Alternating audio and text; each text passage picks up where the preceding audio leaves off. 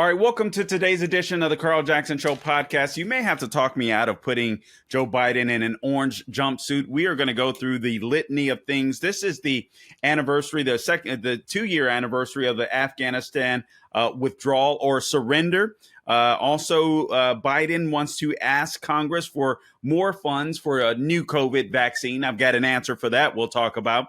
Trump has raised $7.1 million after his mugshot, thanks to the rogue DOJ that is being run by the Biden administration. Fired Ukraine prosecutor Viktor Shokin believes the Bidens were bribed. We'll talk about that. Got a video for you. Biden staffers met with special counsel Jack Smith's aides before the Trump indictment. And it's the 6-month anniversary of the East Palestine train derailment. That and more coming up on the Carl Jackson Show podcast.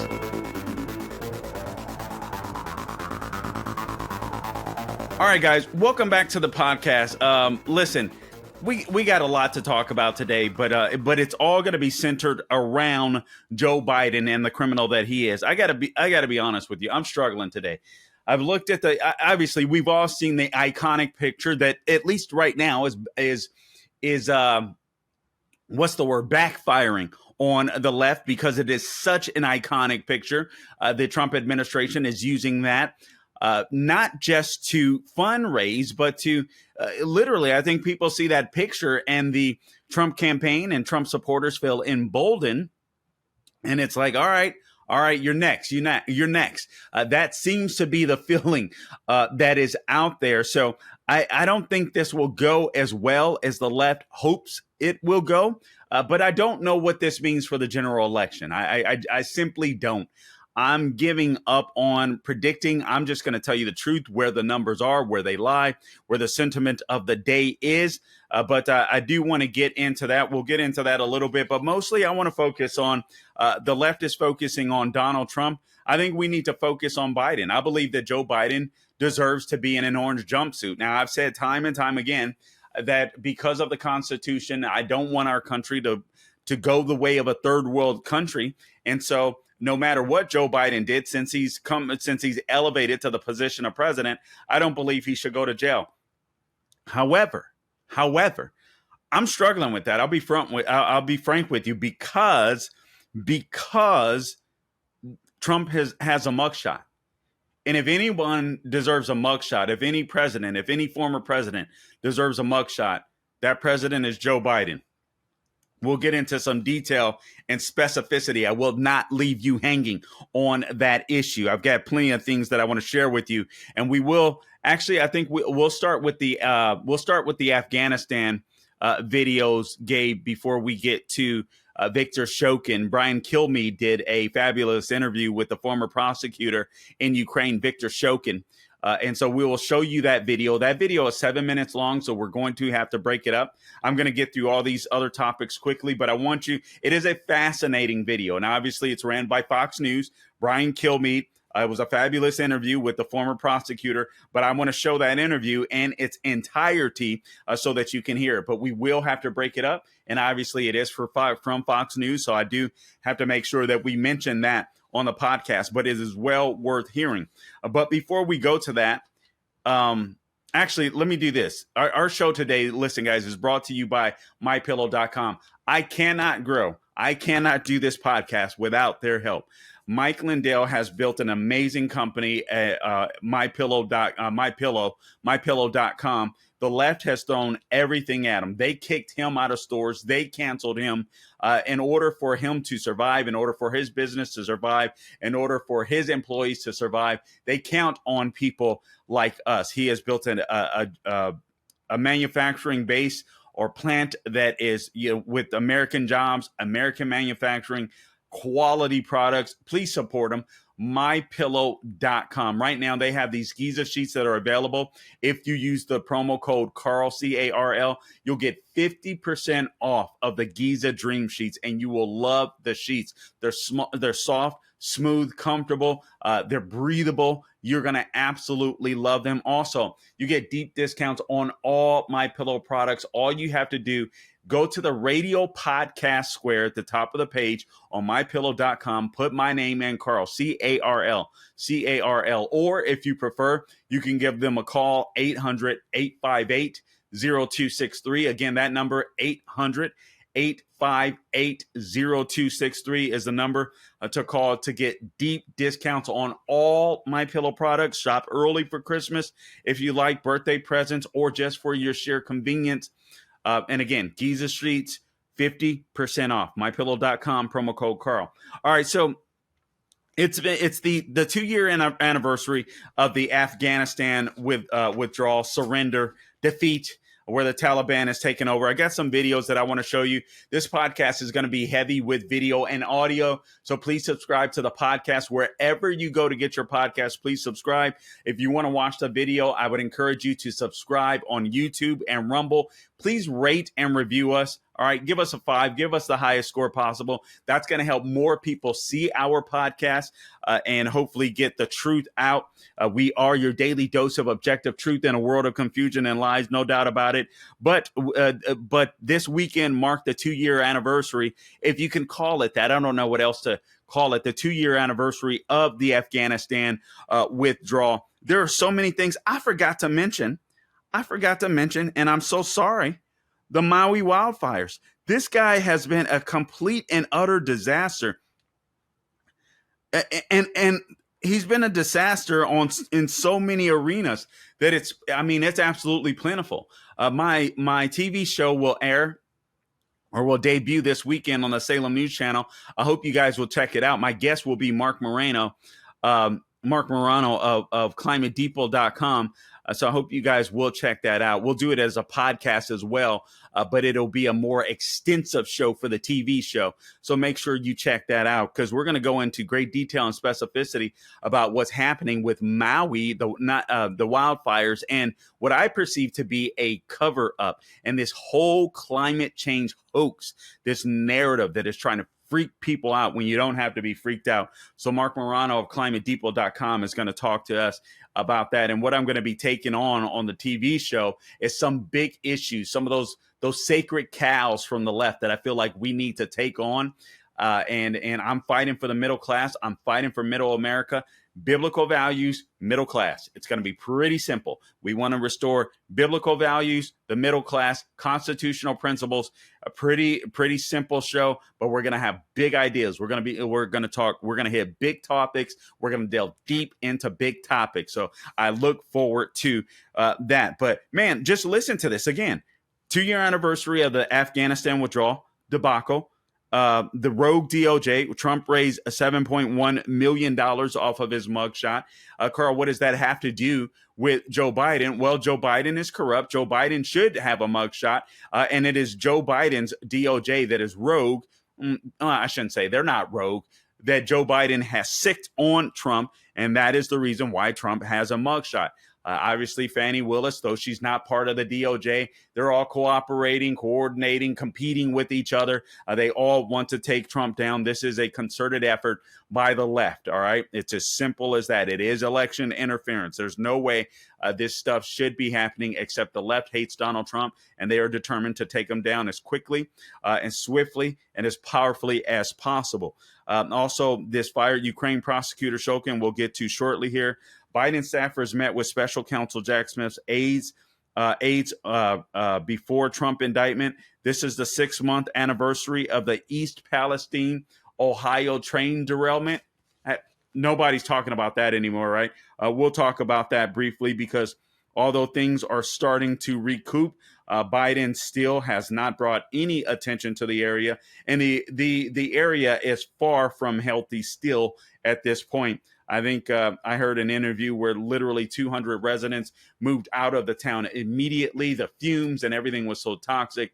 You've reached a point where some people have started to come back, but it's nowhere near where it was. And yet the president and the media completely crickets on it. Why? Because they're white people. Oh, also there was a shooting this weekend where apparently a white racist killed 3 black people.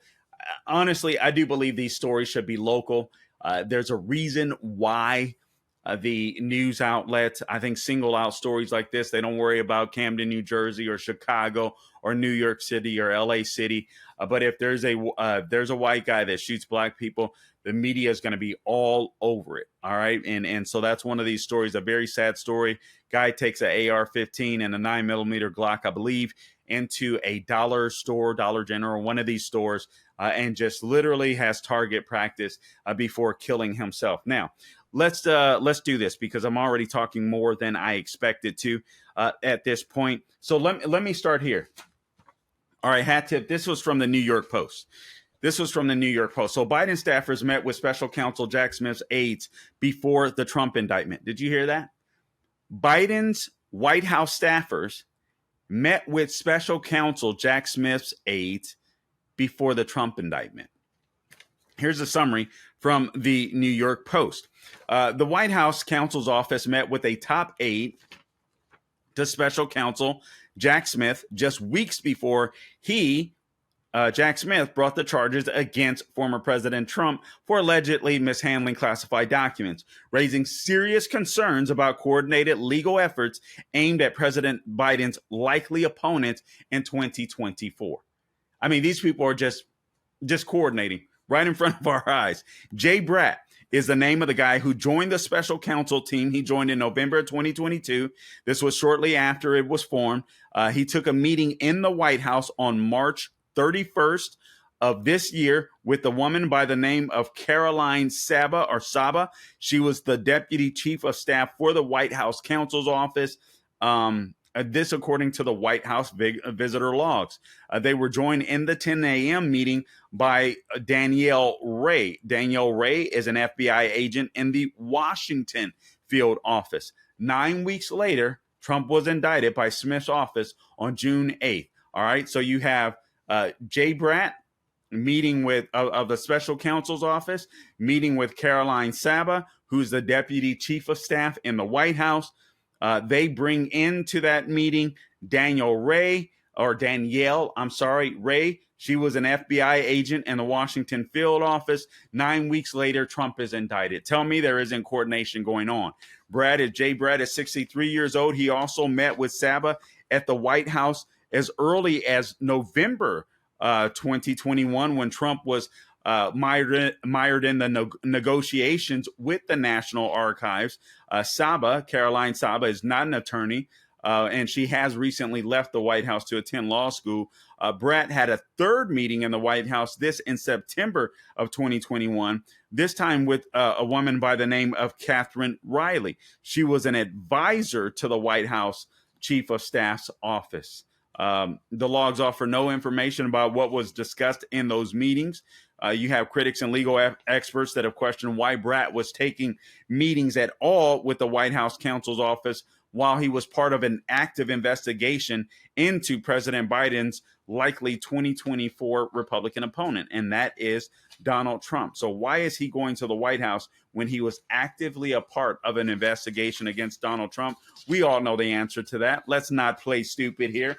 All right, so here's a quote from Mayor Rudy Giuliani, who is one of the 18 co-defendants in the case against Donald Trump in Atlanta, in Fulton County. Here's what America's Mayor Rudy Giuliani had to say, quote, "There's no legitimate purpose for a line guy in the DOJ to be meeting with the White House, except if it's coordinated by the highest levels," close quote. When asked if he believed the White House and special counsel were coordinating the prosecution of Trump, Giuliani said, and I quote, "You're damn right I do. What's happening is they have trashed every ethical rule that exists, and they have created a state police. It is a Biden state prosecutor and a Biden state police," close quote. The former mayor represented Trump during the special counsel Robert Mueller's probe in 2018 in the Russia collusion hoax, and he was indicted last week in Fulton County. And then you have a quote from Jonathan Turley. Jonathan Turley is an attorney and a George Washington University law professor, I believe a Fox News contributor as well. He's also a Democrat. That's very important. Here's what he had to say about the March meeting He said the March meeting was particularly troublesome and, quote, raises obvious concerns about visits to the White House after Bratt began his work with the special counsel, close quote. There's no reason why the Justice Department should not be able to confirm whether this meeting was related to the ongoing investigations or concerns some other matter, close quote. Then you have a spokesman by the name of Peter Carr for the special counsel's office who said Bratt was at the White House for a quote, case-related interview. When case-related interview, it just means Trump. And they're not saying it. They refuse to comment on that. Person with knowledge of the 2023 visit insisted that it was, quote, an interview of a career official who was also working at the White House during the Trump administration, close quote. The same individual said the 2021 visits were, quote, national security related. Is that because they thought that Donald Trump was a national security threat? Inquiring minds would want to know. Then you have Bratt, this guy Bratt, a Harvard-educated attorney, longtime DOJ hand, has served as the chief of its counterintelligence and export control section in the National Security Division since October 18. So these people are just coordinating. In this capacity, listen to this, Bratt visited Mar-a-Lago in June of 2022 to inspect the storage facilities at the property and personally interacted with Trump. He later became a leading advocate for the unannounced FBI raid of the property in August of that year. This, according to the Washington Post. Yeah. This stuff wasn't coordinated at all. Oh, and then listen to this. Stanley Woodard. Stanley Woodard is a lawyer for Trump's valet, Walt Nauta, who has also been charged by the special counsel's office. He accused Bratt. Again, Bratt is an assistant under Jack Smith in the special counsel's office. So he accused Jay Bratt of, he accused Bratt in June of trying to coerce his client's cooperation by floating Woodward's past application to be a judge. So Stanley Woodward is the attorney for Walt Nauta. Again, he is he was Trump's valet, or is Trump's valet. And then Bratt, he accused Bratt in June, Stanley Woodward did, of trying to coerce his client's cooperation, again, by floating Woodward's past application to be a judge. In a sealed filing obtained by The Guardian, Woodward alleged that Bratt floated the idea, or his past judicial application, to suggest it might be looked at more favorably if his client were to cooperate with the government against Trump. Wow. Bratt is not only the DOJ connection. Bratt is not the only DOJ connection to a Trump indictment. Another longtime DOJ official by the name of Matthew Colangelo, freshly hired in December 2022 into the office of the Manhattan's far-left district attorney Alvin Bragg, also played a critical role in Trump's indictment in New York City. So you have a DOJ that has been sicked on the Trump administration or the former president. That's all there is to it. It's absolutely insane. All right, here's where I'd like to go. And the Maui wildfires, I encourage you guys to look at people online. There is something going on there. I think they are setting that up to be ground zero for the Great Reset. You have, and I mentioned this weeks ago, but you have people on the ground. I mean, immediately after the fires were barely even put out. You have local residents that are saying, listen, these rich people are coming in and they are trying to buy up property. They're basically trying to force us out of our own homeland. These BlackRock type people. So there's been some great work. There's a gentleman by the name of Eric West. He's with Maui Real Estate or something like that. So I've watched plenty of his videos. The guy seems legit. And, there's other people on the ground. I know Glenn Beck's crew is on the ground out there with Mercury One. They've been doing some reporting, but what's happening out there is absolutely insane. These people are devastated. Another fire happened. Turns out their alarms out there do work. They ran them this time, so the complaining has worked. But keep your eye on Maui. We are not going to let go of Maui. I'm telling you right now, I think the elites were looking to set up their Great Reset, ground zero, right in Maui, right in Lahaina. And I feel like they're taking advantage of this fire. Not a lot of news and information is getting out because it has nothing to do with climate change. The wildfires it has everything to do with left-wing policy positions, ran by Democrats. It has everything to do with policy, nothing to do with man-made climate change, quote unquote. All right. So, but we'll talk about that more, actually with Mark Morano. That'll be in a podcast tomorrow, but a more extensive interview available on the TV show popping up this weekend. So check out our TV show on the Salem News Channel, The Carl Jackson Show. Trump raised $7.1 million after his mugshot. I talked about this briefly at the top of the hour. And again, people's got his back. They're going to rally around him.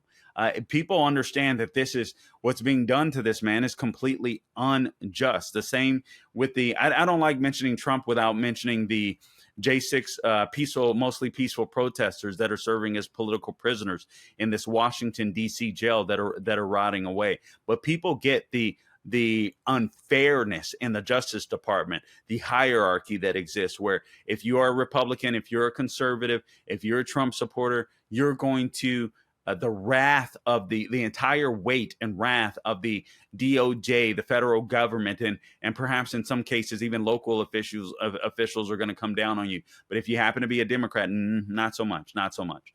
You'll get to beat up people on the streets and stuff like that. You'll get to walk away. So that is something to be aware of. Now, it's a 6-month anniversary of the East Palestine, Ohio fires. I think I already talked about that, mentioned that, but it's just fascinating to me. These people aren't getting a whole lot of attention. Why? For one, the train issue. All right. Joe Biden cut out the Keystone XL pipeline. A lot of the materials, chemicals that are being shipped overground could have well been shipped underground using different pipelines, built much like the Keystone XL pipeline, where chemicals are not going to be on shaky materials, shaky trains. They can't get in accidents. It's just smooth flowing through pipes underground. That's what should be happening when we're transporting chemicals. That isn't what's happening. The Biden administration and Democrats want to take us back to the horse and carriage days with this global warming nonsense, man-made, so they can control us. But anyway, so the people in East Palestine, Ohio, are still feeling that. Now, here's what I would like to get to. These are the big stories, in my opinion, of the day, and I don't want to forget what's happening in Afghanistan. So we've got a couple of videos that I want to run for you. This past Saturday, I don't even want to say this past Saturday marked the 2-year anniversary of the Afghanistan surrender, retreat, withdrawal, whatever you would like to call it. But here is Joe Biden. Here's a compilation of Joe Biden that Tony has found. Gabe has gotten ready for you. So listen, and if you'd like to watch the video again, subscribe to our YouTube and Rumble channel, The Carl Jackson Show on YouTube and Rumble, to check it out. But this guy is just disgusting. He's just a disgusting human being. I don't care if you're Democrat or Republican. This guy is just a disgusting human being. And I think that shows. I think many people on the Democrat side realize that too. But here he is, after he retreated from Afghanistan and caused 13 of our service members to be murdered in cold blood, and he's still not. The parents of these young brave soldiers are still not getting the answers that they want. Still not. After 2 years, they're being virtually ignored, as a matter of fact, because God forbid you hold Joe Biden accountable for his actions. But here it is. Let's roll the first one, Gabe. I've been talking long enough. My bad. All right. So here's a montage of Joe Biden and reaction to the Afghanistan withdrawal, surrender, retreat. Name me a single objective we've ever set out to accomplish that we've failed on. Name me one in all of our history. Not one. There's going to be no circumstance where you see people being lifted off the roof of a embassy of the United States from Afghanistan. Here in Kabul, the city has collapsed. Afghanistan has new masters. The Taliban are back.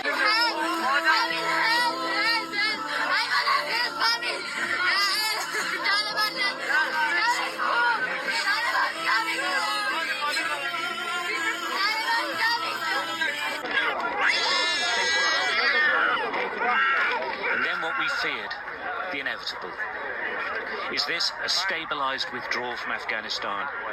It looks like death to me. This is an emergency now. It's nothing to do with process. They're just trying to save lives. Tens of thousands are trying to get through. At the front, they're being crushed.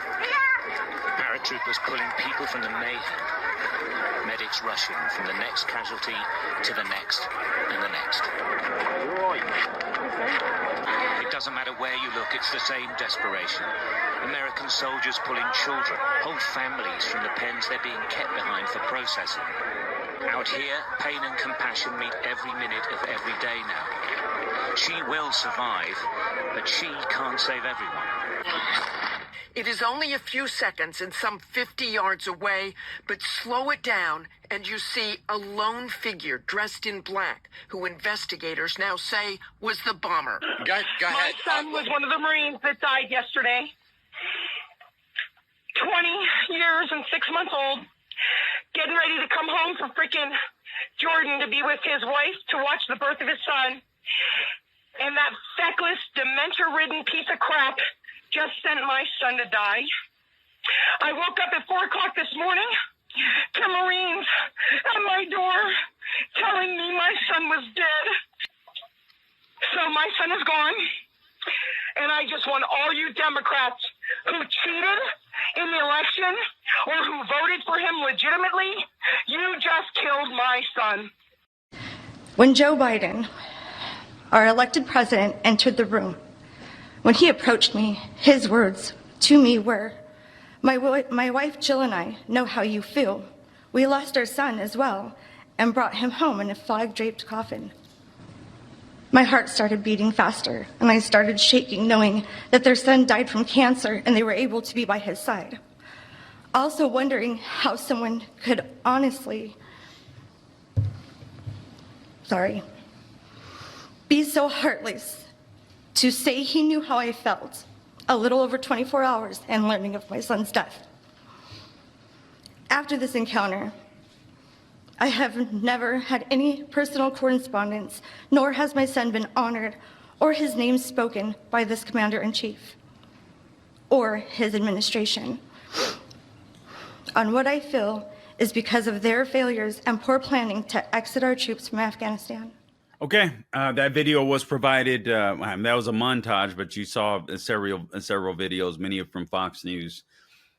But 2 years ago, again, 11 Marines, 1 sailor, 1 soldier killed in a suicide bombing at what is called the Abbey Gate, along with more than 160 Afghans that were killed as well. No answers. No answers. But Joe Biden, well, actually, I take that back. Joe Biden does have he has a belief as to what happened in Afghanistan and his role and how well he did. So we've got another video for you. He was confronted by, you guys might recall this, he had a back and forth with Peter Doocy of Fox News at the time, and we're going to roll that for you. But in the long run, Joe Biden felt like he did the right thing. We have another video that I'll show for you, shortly here too. But let's go ahead and roll this. This is of Joe Biden, Peter Doocy, a little back and forth when it comes to the issue of the Afghanistan withdrawal, retreat, surrender. Mr. President, there had not been a U.S. service member killed in combat in Afghanistan since February of 2020. You set a deadline, you pulled troops out, you sent troops back in, and now 12 Marines are dead. You said the buck stops with you. Do you bear any responsibility for the way that things have unfolded in the last 2 weeks? I bear responsibility for fundamentally all that's happened of late. But here's the deal. You know, I wish you'd one day say these things. You know as well as I do that the former president made a deal with the Taliban that he would get all American forces out of Afghanistan by May 1. As if he doesn't have the power to change any type of deal. Was made, and that was a year as the before. commander-in-chief. In return, he was given a commitment that the Taliban would continue to attack others, but would not attack any American forces. Remember that? I'm being serious. No, I'm asking you a question. Because before... No, wait a minute. I'm asking you a question. Is that accurate, the best... About, but Mr. President, respectfully, since that I don't think that the issue that, do you think that people have an issue with pulling out of Afghanistan or just the way that things that happen? I think they have an issue that people are likely to get hurt. Some, as we've seen, have gotten killed, and that it is messy. Imagine where we'd be if I had indicated on May the 1st I was not going to renegotiate an evacuation date. We were going to stay there. I'd have only one alternative: pour thousands of more troops back into Afghanistan. Ladies and gentlemen, it was time to end a 20-year war. Thank you so much. As you've heard from many soldiers that have been there, they were, they have said time and time again, he could have left a small contingency of troops behind to make sure that Bagram Air Force Base was secure. And we could continue to utilize that, even if the vast majority of our troops left from Afghanistan. The guy is just a liar. When you come into office as the president of the United States, you have the power, you have the authority as commander-in-chief to implement whatever policies you'd like. And the executive branch, that's a job for the president. He is commander-in-chief. Just a complete and utter liar, because he's a disgrace. He's a disgrace. I honestly, I'm going through this podcast today. I've struggled with it because I probably should have started with these videos. To be frank, I'm sure Gabe would have appreciated that. But I'm just looking at everything. Again, this is the anniversary of the withdrawal surrender. Trump raising $7.1 million after a mugshot. We shouldn't have a former president arrested because this buffoon sicked the DOJ on him. The fired Ukraine prosecutor, we'll get into that. That'll be the last video that we play for you. Biden staffers met with special, just on and on. 6-month anniversary of East Palestine, Ohio. Maui wildfires, another situation that can be blamed on the left. Joe Biden shows up, and instead of comforting the people of Maui when they just lost their freaking children, lost their homes, lost their livelihoods, that fool is talking about almost losing his cat, his 67 Corvette, and his wife, all of which I believe were a lie, since it was a fire in his kitchen that was contained within 20 minutes. I can't stand this guy. I suppose that's how the left feels about Trump. The frustrating thing is what's being done to Trump is unwarranted and unjustified, built on bricks of lies, whereas the evidence for this guy, Joe Biden, that should be in a jumpsuit, the media ignores. Last clip of regarding Afghanistan here, Gabe. Let's roll it. You overstepped your authority. Did you overstep your authority? I think the court misinterpreted the Constitution. Mr. President, do you admit failure in Afghanistan? Mistakes. There was a report on Afghanistan withdrawal saying there was failure, mistakes. Do you admit there was mistakes during the withdrawal and before? No. All the evidence is coming back there. Remember what I said about Afghanistan? I said Al Qaeda would not be there. I said it wouldn't be there. I said we'd get help from the Taliban. What's happening now? What's going on? Read your press. I was right. Thanks. So the report is from the State Department, actually, about the withdrawal. Oh man, what a jerk! I could barely stomach this guy. I can barely stomach this guy. I'm not even. I don't know what to do except to be real. It's hard for me. I'm an opinion guy, so it's hard for me to just bring you guys the news. Just what a jerk! What a jerk! Now, let's move on. This is the last thing that we'll cover. This is the prosecutor from Ukraine, Viktor Shokin. You guys might remember, again, Biden got this guy fired because he was investigating the corruption in Burisma. He knew there were ties with the Biden family here. Devin Archer was on the board of Burisma, the energy company, in Ukraine. So was Hunter Biden. Got that cush position where they paid him like 80 plus grand per month to sit on the board. It was all corrupt. Now, this is the guy that Biden is claiming is corrupt. As more evidence comes out, we know that it's Biden that was corrupt. And his employee, and I'm saying that on purpose, his employee, Hunter Biden. But here's an exclusive interview, one-on-one, with Viktor Shokin that Brian Kilmeade gave on his show, One Nation, this past Saturday night on Fox News. And so we'll have to break this up, but we will get through it as quickly as possible. For the most part, I'm just going to let it play and comment where we have to break it up, because I want you to hear this. All right, let's go ahead and roll this, por favor, gate. Viktor Shokin joins me for a One Nation exclusive. Watch. Why were you fired from your position by President Poroshenko?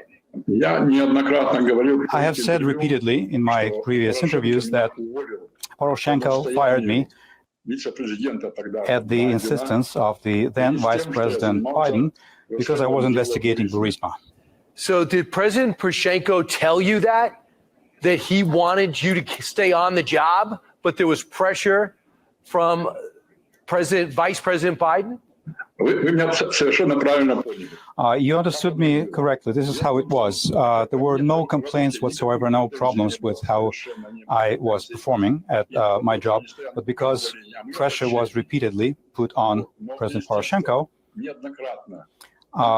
that is what ended up in him firing me. What are your thoughts when you saw the tape of Vice President Biden speaking to the Council on Foreign Relations, saying you had 6 hours to fire you or you're not going to get the $1 billion? Not only the position of President Poroshenko, the office of President Poroshenko was humiliated, but the entire country of Ukraine was humiliated. And I developed a very firm understanding of the fact that the Vice President was only acting in his own interests. He, generally speaking, handled Ukraine like it was his own backyard. He would put people that were suitable for him. He would arrange for them to be put in certain positions. Why were you looking into Burisma? The reason I oversaw the Burisma case was because I was the prosecutor general. Burisma was an ordinary case.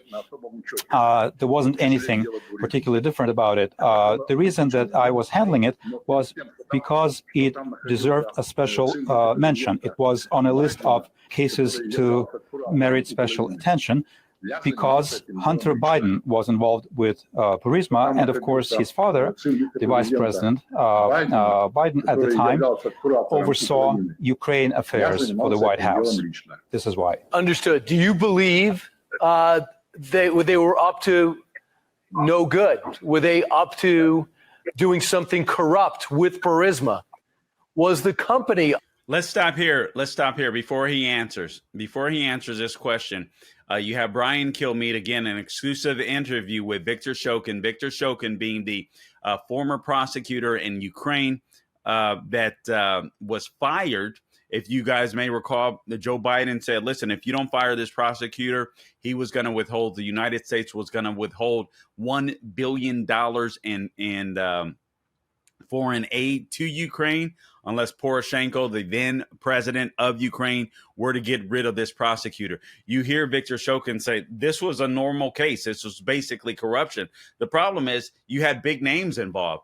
And you hear his testimony, at least to Brian Kilmeade, that Joe Biden, and remember, Joe Biden was the point man for Barack Obama when it came to foreign policy.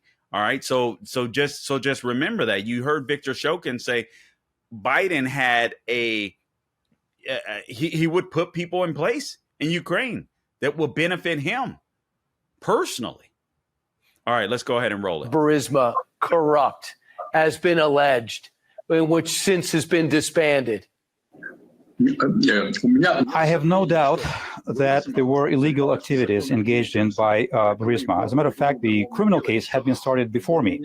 It continued to expand And Zlochevsky, who at the time held the post of minister and was the founder and CEO of Burisma, started bringing in people who could provide protection for him. Hunter Biden was among them. And the corruption network expanded as a result. So, yes, to answer your question, there's no doubt in my mind that Burisma was engaged in illegal activities. Devin Archer said you were a threat to Burisma. Do you agree? Yes. Yes, I agree. Why? Because you were going to find out what they were up to?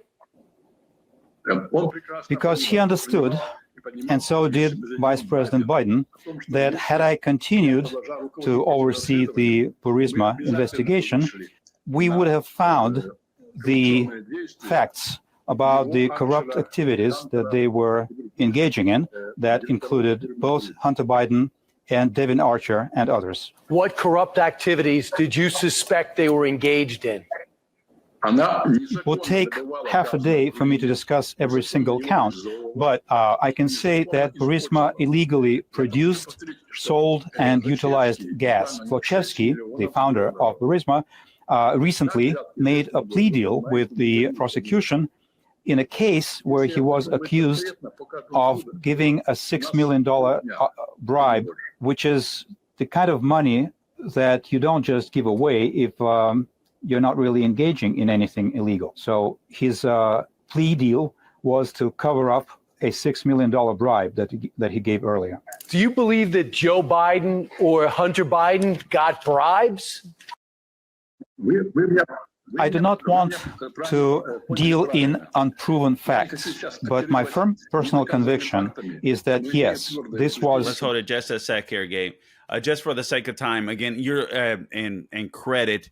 We don't want to get in trouble. You are listening to Viktor Shokin. Again, he is the former prosecutor in Ukraine. This was the prosecutor that was fired, that Joe Biden, then Vice President Joe Biden, demanded to be fired before foreign aid, $1 billion in foreign aid would be sent to Ukraine. At the time, this was the prosecutor that was investigating his son, Hunter Biden, and Burisma. Now, Joe Biden wanted him to be fired. And remember, it was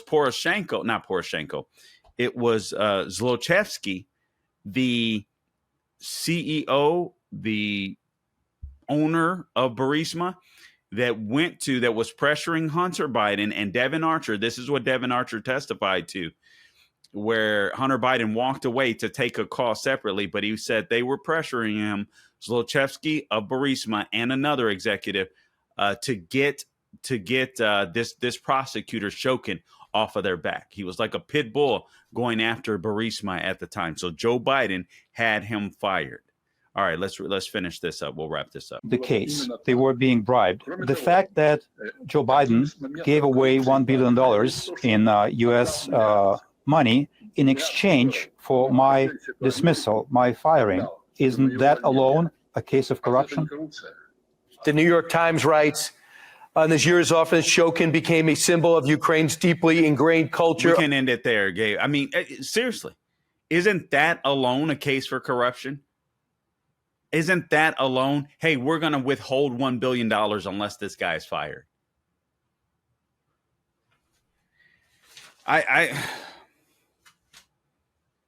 This guy, Joe Biden, cannot remain in the White House.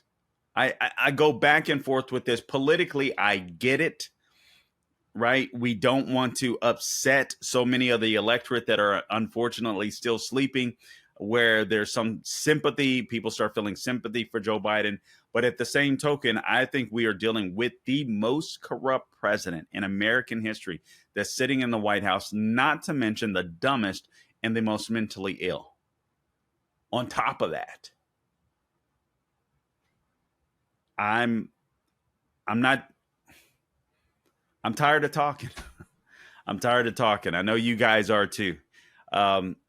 Something has to be done. I didn't even mention, by the way, that this guy is demanding more money or asking for more money for COVID jabs. I didn't go into the detail on that. Perhaps I'll talk about that. I will get to that at some point this week. The House turned him down last year. They need to turn him down this year for new COVID vaccine jabs. It simply cannot happen. It simply should not happen. Just kidding. It can't happen. I sounded like I said, just kidding. It simply can't happen. Let me just fill you in. So Joe Biden said on Friday that he's planning to request more money from Congress to develop new COVID jabs as scientists track new waves and hospitalizations rise, though not like before. All right. So officials are already expecting updated jabs that contain one version of the Omicron strain called XBB 1.5 or .1.5. It's an important change from today's combination shots, which mixed the original coronavirus strain with last year's Omicron variant, but there will always be a need for updated vaccines as the jab continues. People should be able to start rolling up their sleeves next month, Joe Biden says. What officials hope is an annual fall COVID-19 shot. Moderna and Pfizer and smaller manufacturer Novavax are all brewing doses of the XBB update, but the FDA will have to sign off on each. This, according to newsobserver.com, and the U.S. CDC and prevention must then issue recommendations for their use. Here's some stats. Here's what Joe Biden said. I signed off this morning on a proposal. We have to present to Congress a request for additional funding for funding a new vaccine. I signed off this morning on a proposal we have to present to the Congress a request for additional funding for a new jab that is necessary, that works. This is what Biden said. He added that it's, quote, tentatively recommended that everybody get it, quote, unquote, no thank you. Once the shots are ready, the White House's $40 billion funding request to Congress on August 11th did not mention the jab or COVID-19. It included funding requests for Ukraine to replenish U.S. federal disaster funds at home after a deadly climate season of heat and storms. This is how the article reads. And funds to bolster the enforcement at the southern border with Mexico, including money to curb the flow of deadly fentanyl. For the week ending July 2019, COVID hospitals admissions were at 9,056. I think that was, weekly. That's an increase of about 12% from the previous week, but it's a far cry from past peaks like the 44,000 weekly. So that's a big drop. Hospital admissions in early January. So you're seeing 9,000 compared to 44,000. And this guy is in a panic. Oh, my goodness. The year before, it was 45,000 admissions weekly. All right. So, no, we don't need it. We don't need it. We don't need to fund it. The pharmaceuticals can build their own jabs, and hospitals, doctors, and the like can determine if they're worth having around. It's as simple as that. It's a private market thing at this point. The government doesn't need to be involved in this issue. Guys, I appreciate you tuning in to this edition of the Carl Jackson Show podcast. I know we covered a lot of topics here, but they were all huge. I debated on breaking this podcast up, but this is Joe Biden in a nutshell, I think. I mean, the Afghanistan withdrawal, the COVID lockdowns, mandated jabs,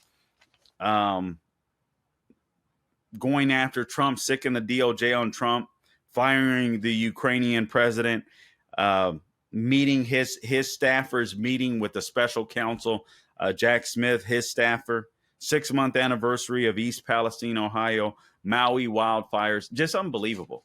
One thing after the other. Anyway, guys, I appreciate you tuning in to this edition of the Carl Jackson Show podcast.